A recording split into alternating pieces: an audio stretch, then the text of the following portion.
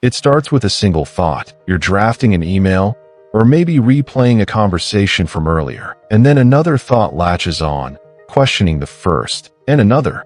A cascade of what-ifs and should-haves that starts to feel less like thinking and more like being mentally hijacked. Your chest tightens.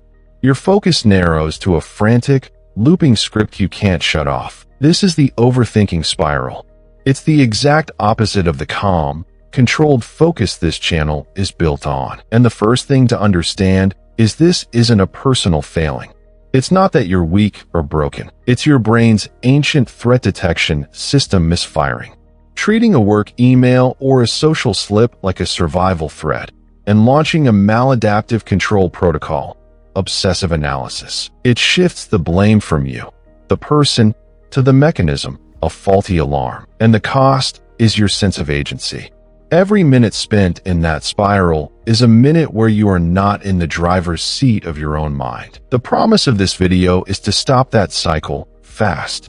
And it begins by seeing the spiral for what it truly is. So if the spiral is a faulty alarm, how do you silence it?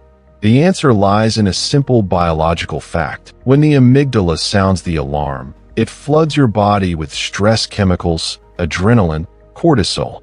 That surge creates the physical feeling, the tight chest, the racing heart. Neuroscientist Dr. Jill Bolte Taylor famously observed that this biochemical wave, if you don't feed it with a story, lasts about 90 seconds.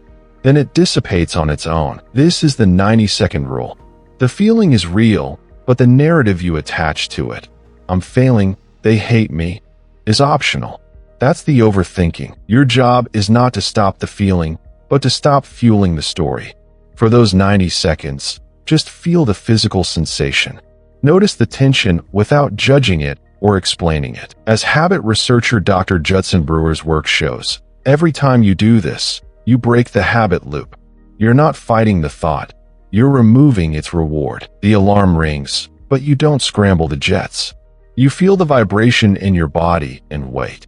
And in a minute and a half, the air clears. This is the core, immediate reset. It doesn't solve the external problem, but it stops the internal war. And that is how you take back the first, crucial piece of control. It creates a space, a gap between the trigger and your reaction. And in that space, your focus can begin to return. So let's return to that email draft. The alarm has rung, the worry about how it will be received. But this time, you don't start writing the story. You feel the tightness in your chest, the slight buzz of anxiety, and you simply wait. You let the 90 seconds pass. And when they do, the thought is still there, but its urgent, commanding power is gone. Now, in that created space, you have a choice.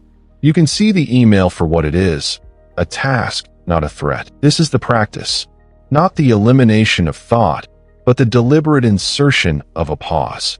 Each time you do this, you are not just calming down for a moment. You are strengthening the neural pathway between stimulus and your chosen response. You are literally rewiring your default from reaction to observation. Control is not seized in one grand gesture. It is reclaimed in these single, repeatable moments.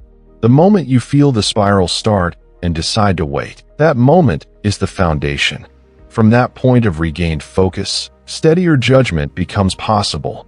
Calm under pressure becomes a skill you are actively building. So try this one step. The next time you feel that familiar tug into the spiral, don't fight the thought. Just feel the sensation and watch the clock for 90 seconds. That space is where you take back control. Start there.